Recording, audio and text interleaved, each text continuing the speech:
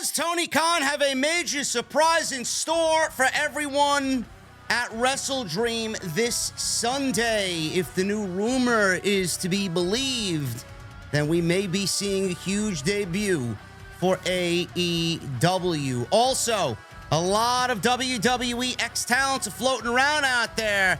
AEW management is looking at the company to pick up one name in particular to join All Elite Wrestling. Who may that be?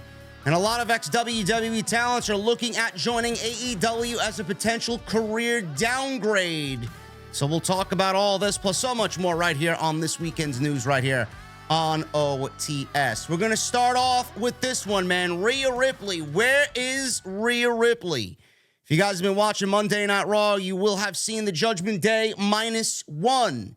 Rhea Ripley is expected back on WWE television. She was written off of television because she was attacked by Nia Jax. She took time off to go on vacation. So they did the write-off angle with Nia Jax returning to the company. Since then, she's been seen with Buddy Matthews in Australia at the Carlton FC game. Although not confirmed, it looks like when she does return, they will be setting up the Rhea Ripley versus Nia Jax match. While taking questions, Sean Ross Sapp of Fightful Select noted on their Q&A section this week that Rhea Ripley will return to television within the next 2 weeks. He says, I think she's supposed to be back either maybe next week or the pay-per-view weekend. Now, I don't know when she returns. I don't really give a shit when she returns. I honestly think that if you do the Nia Jax thing now at Fastlane, it may be too premature. What I think WWE does is that they bring Nia Jax to the point where she's destroyed everybody. Rhea Ripley shows up after Fastlane on Monday Night Raw, confronts Nia Jax, and then they build towards a match at Crown Jewel on November 4th in Saudi Arabia. It's the best way to go about it. Are you excited about the match? No. Are you excited about Nia Jax being back on WWE television? Fuck no. Are you excited about the potential of Rhea Ripley losing the championship? She isn't losing the championship to anybody. She's walking into WrestleMania as the WWE World Women's Champion. Nia Jax versus Rhea Ripley, man. I don't know who could be excited about that shit show waiting to happen in the women's division on Monday night. But Rhea Ripley is sorely missed. Another thing is, do you really feel like Rhea Ripley has done anything with the Women's Championship? Whose fault is it? It's not Rhea Ripley's fault. It's WWE's fault. That's why they brought in Nia Jax, to give her a credible name to go through on her way to holding that championship for the rest of the year. At the end of the day, who cares? Tony Khan. He may have something major planned for Wrestle Dream. A lot of speculation on X this weekend about what potentially could be at Wrestle Dream. One of the rumored surprises for the show is Mariah May. I don't really know much about Mariah May. An honest opinion of Mariah May from first glance, I haven't seen her wrestle. All I have done is hear about how great she is in Stardom. She kind of reminds me of Mandy Rose. I don't know. Obviously a better in-ring performer than Mandy Rose, but she's got a similar look to Mandy Rose. We'll see what happens there. You know, there's a lot of speculation on that front. You know, WWE is also interested in Mariah May, but that's not the big surprise. That is not the big surprise for Wrestle Dream. She posted, though, on social media, today was my last match at Stardom. Thank you, everyone. I love Japan. I love Stardom. I love everyone. Don't forget about me. Club Venus is here. Mariah May was here. See you. End quote. Now, however, hours later, she did share a follow-up post. She says, I came to Stardom in December with 2 suitcases and the intention of being here for a few months. I said goodbye to my niece and I told her I'll see you in 3 months. And now I get to go home just in time for her birthday. Stardom is family. I'll be back because I have unfinished business. Now, another name that Tony Khan could potentially bring in is Mercedes Moné. It's possible that she comes to the company. Obviously, you saw her featured on All In twice during the live broadcast. It's possible because Tony Khan has had talks with her and he spoke very highly of Mercedes, but there is no indication that she has been cleared yet from her ankle injury that she suffered earlier this summer. Khan has also been talking about ushering in a new era tomorrow night at Wrestle Dream in Seattle. There have been a lot of rumblings about an announcement about a streaming deal with Max, which is the former HBO Max, and Khan has stated that he plans on staying with Warner Brothers Discovery. It's expected that all the AEW shows will remain on TBS and TNT, and pay-per-view events would move to Max, and then they would up that to 12 per year. Again, we don't know what's going to happen or if anything will be announced tomorrow. Now, the big thing that happened on social media that had a lot of people buzzing was Darby Allin on the Countdown to WrestleDream special that AEW aired. Darby Allin kind of blurted out that he and Christian Cage for the TNT Championship, 2 out of 3 falls, will indeed be the main event of WrestleDream tomorrow night. Obviously, this is now leading to everybody speculating more that Edge, Adam Copeland, will be debuting with AEW. Now, like I said, Allin said his match with Christian would be the main event. Allin said this, and I quote, "I wanted to be in the main event of a show so long, my entire life. I never felt good enough. There was always a voice in the back of my head saying, you shouldn't be here. You don't deserve any of this. But like I said, the only time I felt validated was when I was TNT champion. Then you get a guy like Christian Cage. He's got the one thing that made me feel like I meant in this entire world." End quote. Now, Adam Copeland could cost Christian the match. I mean, that's probably the most likely of scenarios here because Darby in his hometown of Seattle, in front of his family. I don't think Tony Khan has ever went away from having a happy, feel-good hometown moment. He did it with Eddie Kingston at Grand Slam when Eddie Kingston beat Claudio for the Ring of Honor Championship. He did it in London with Saraya for the AEW Women's Championship. And I know there have been other instances across the board in 4 years for AEW. Tony Khan does not beat hometown guys in big situations. He doesn't. That's WWE's thing. I mean, they just did it on Friday night. Bayley from Sacramento. Bayley against Charlotte. Bayley loses in her hometown. Doesn't matter if her family or friends were there. She's a fucking loser in her hometown. And WWE does that across the board, where AEW does not beat anyone or embarrass anyone in front of their hometown crowd. I cannot see Darby Allin losing this match. I can't. So obviously the first inclination is Adam Copeland is going to come and help Darby win the championship. He's already followed, I believe, Darby Allin on Instagram. If you go follow Adam Copeland and see who he's just recently followed, Darby Allin was one of them. I wonder if that's going to play into the ending of the match. You know, people are even speculating on that. For all we know, he could come in and help Christian Cage win because Luchasaurus, Nick Wayne, and anybody else, Sting, they're all banned from ringside. This is going to be a one-on-one match. They didn't say anything about Edge being banned. It's not with the company. His contract ends today. He's a free man as of Sunday. It's going to be very interesting, man. All I need to know, TK, listen, bro. I know you love buying rights to several theme songs for your talent and your roster. Which one of the Alter Bridge themes did you buy the rights for, man? We going with Metalingus? We going with the other side? What are we going with, man? Maybe a new one. Maybe a new banger. I don't know. It's going to be very interesting to see if Edge continues with the Alter Bridge theme. Obviously, the band and Adam Copeland are very good friends, and they have been synonymous with his entire career. It would actually be disappointing, especially, you know, me being an Alter Bridge guy. I just took the hoodie off to put this one on. Being an Alter Bridge guy, not to hear Alter Bridge with Adam Copeland making his debut in AEW, man. It's going to be a very interesting, very newsworthy night, man. So I'm very much looking forward to it. And for all the fucking geeks out there that I already see on social media, oh, well, if Adam Copeland goes back to WWE, JD's going to complain about it. Where on any of my platforms, on any of the content that I put out about this story, did I say that I would complain if Adam Copeland, Edge, went back to WWE? I don't know. I'd love for somebody to figure that one out. If somebody go find the clip of where I said I'd complain or I would hate or be disappointed if Adam Copeland went back to WWE. I don't know, man. Our narrative is being made up daily about me, man. It's fucking ridiculous. I'm very excited, regardless, to see what happens there. And WrestleDream is shaping up to be, card-wise, a very, very good show. Very strong show. And it's shaping up to be an unpredictable show, man. We don't know. AEW is in the middle of several possible big announcements and free agent signings joining the company, man. Going to be very interesting. Shelton Benjamin. That may not be one of the biggest names that was released in the company, just seeing what he did in the WWE before they let him go a week and a half ago. But people in AEW are pushing for the company to sign Shelton Benjamin. Fightful Select is reporting that there are numerous talent in AEW that are hoping to see Shelton Benjamin join the company. Benjamin's name actually came up months ago before he was released after his incorrect rumors that spread about his contract expiring. Now, for what it's worth, AEW said to be looking for producers.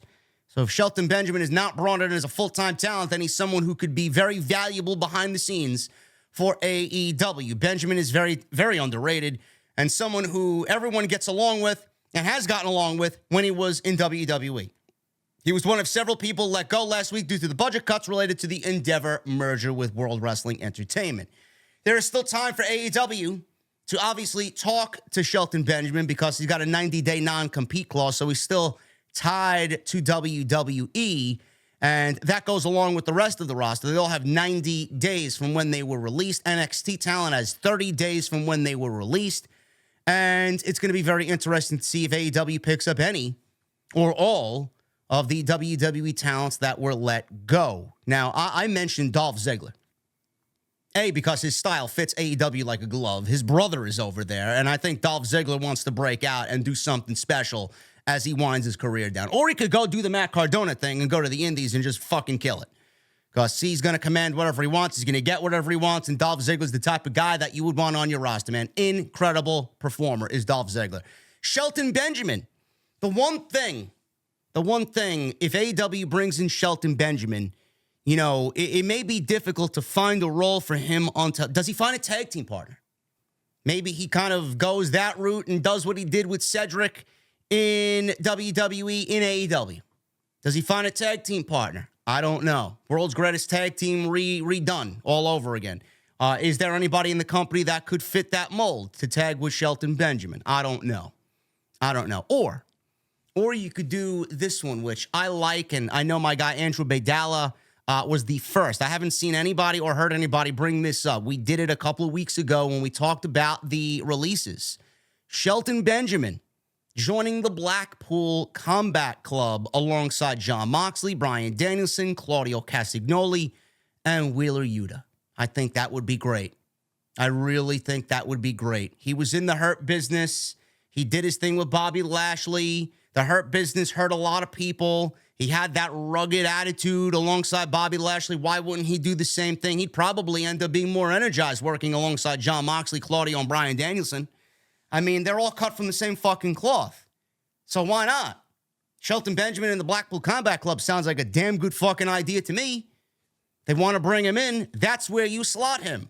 I'd actually look at Ali and Dolph Ziggler as well to come on into the company if you want to talk about bringing any other names into AEW from that pool of WWE talent that was released. It's going to be a very interesting 90 days, man. But Shelton Benjamin, a lot of people in AEW are looking for the company to bring in Mr. Benjamin, and what role he plays, that remains to be seen. But we'll see what happens there, as he is a sought-after man within the AEW locker room.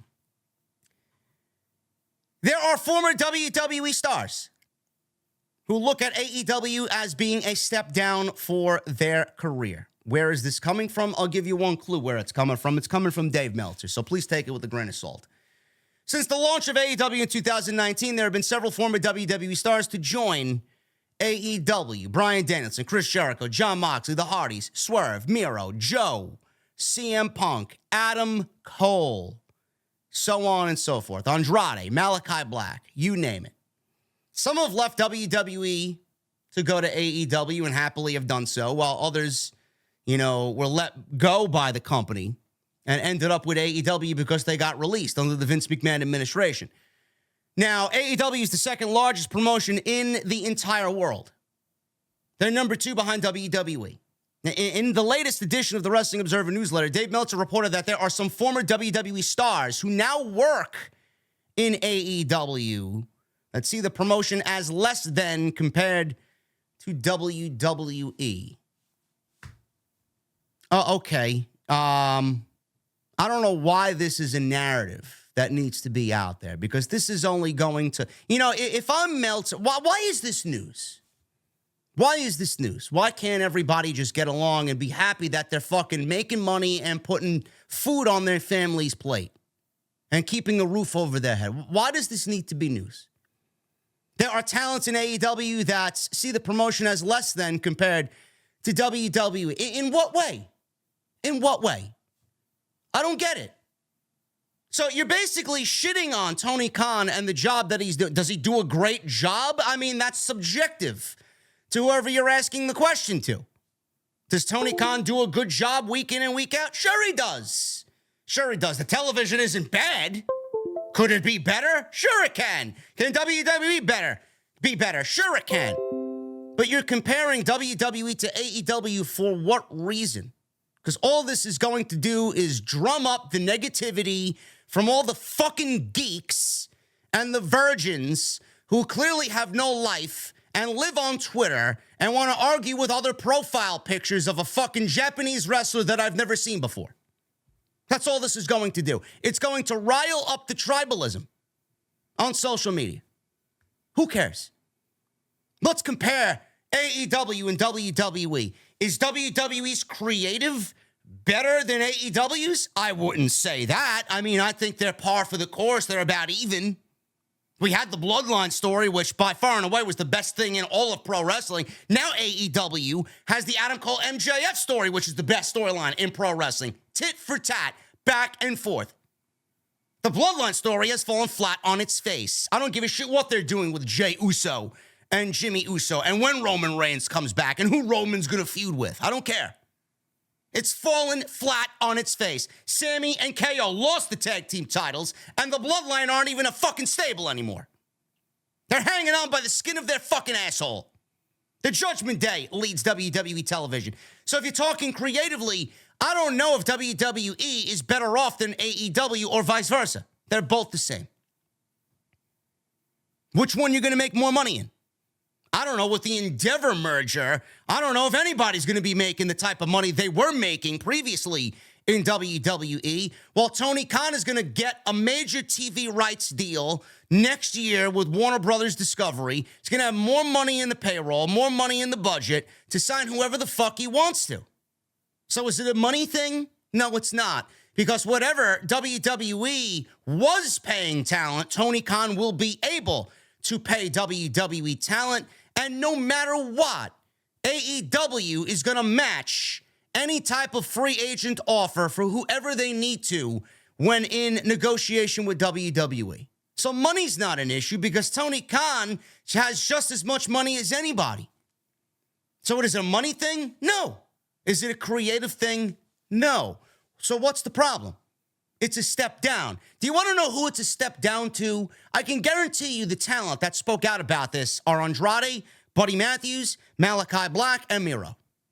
Because those are the four talents that seemingly are struggling to find a foothold on AEW television. Malachi hasn't wrestled a singles match in nearly 2 years. He's been hiding in tag team matches. The House of Black have not really been a top-tier stable like we thought that they would be, with a Trios Championship loss to the Acclaimed at All In. I don't really know how you're the House of Black and you're looking at that and are happy about that. Andrade, what has Andrade done with AEW? He wasted 2 years of his fucking life. The first half of his run, he didn't do anything. Then he got hurt and was out for 9 months, and now he's back, and what is he doing? Miro. They just brought in his wife to potentially keep him happy. What does he want to do? He hasn't really done much of anything. The best thing that he's done was wrestle Bryan Danielson a couple of years ago at Full Gear. That was in the finals of the Eliminator Tournament, I believe, that year. And he wrestled Will Hobbs at All Out this year, which was a tremendous match. But what has Miro done on television? You don't think that man sat at home thinking that he wasted 2 years of his fucking life working with AEW? They got no creative direction for him? I mean, those talents are disgruntled. Those talents are the ones that are going to be saying, yeah, WWE is better off for me than AEW was. And all those talents at one point or another have said publicly that they'd love to go back to WWE and leave AEW. But if you're Swerve, If you're someone like Swerve Strickland who came over, Keith Lee's also in that camp as well. Keith Lee's done absolutely nothing with AEW. They've done nothing with Keith Lee. I don't know how. You haven't done anything with Keith Lee, but Swerve is one of those guys where he actually is better off in AEW. He seems to have found a nice little role for himself, and I don't think Swerve would have been used properly in WWE, even if Hit Row stayed together. I don't really believe. I think Swerve has been better off in AEW than he would have been in WWE. So pick and choose who you want there. But at the end of the day, I mean, this is common logic to everybody. It's common sense. Where do you want to be when you want to be a pro wrestler? It depends. It's all subjective. The majority of the people are going to want to be with WWE because it's the end-all be-all. It's the dream of everybody to work with World Wrestling Entertainment, to get the big paychecks, to win the WWE title, and to be at WrestleMania, have a WrestleMania moment, main event WrestleMania. This is not new information. If you are an up-and-comer in the industry, your goal is always going to be WWE. But don't let that sway you from thinking that AEW is not just as good of an option.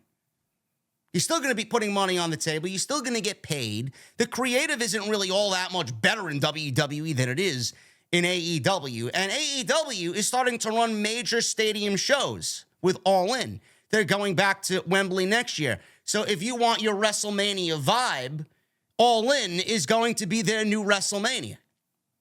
It's not WrestleMania, but don't let that sway you from thinking that AEW is not a suitable option for you to do what you need to do in the world of pro wrestling. Nobody's going to be WWE. We all understand that. But the disgruntled talent are the ones that have sat there for 2 years and have done nothing, nor have the company done anything with them creatively. Those are the people. But like they always say, the grass isn't always greener on the other side.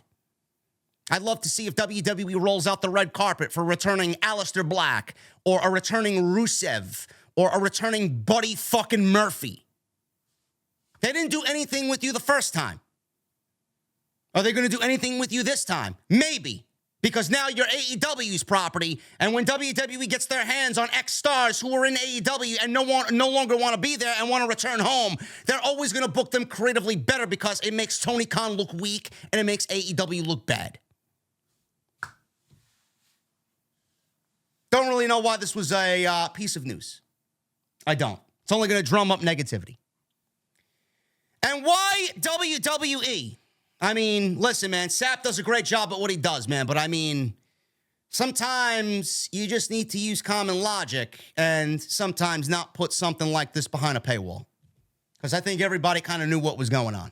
Why WWE has been loading up NXT and WWE's reaction to the ratings on Tuesday night. Fightful Select spoke to a number of WWE sources who indicated to us that there's been a recent increase of importance to put on NXT and the viewership numbers on Tuesday night. Now, we're told, says Fightful, this is a big reason why the Judgment Day, Becky Lynch, Baron Corbin, Mustafa Ali, and others have started to appear regularly on NXT. WWE sources said that the simple reason is it's financially all motivated.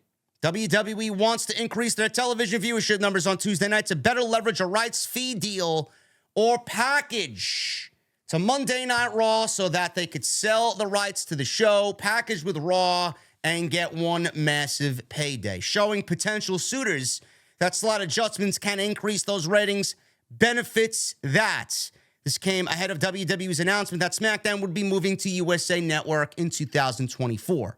Of particular note, WWE were ecstatic about the huge numbers, relatively speaking, that Becky Lynch versus Tiffany Stratton drew for their September 12th NXT title match. It was the largest number in almost 3 years, and the first time they peaked at over 1 million viewers in even longer than that. No shit.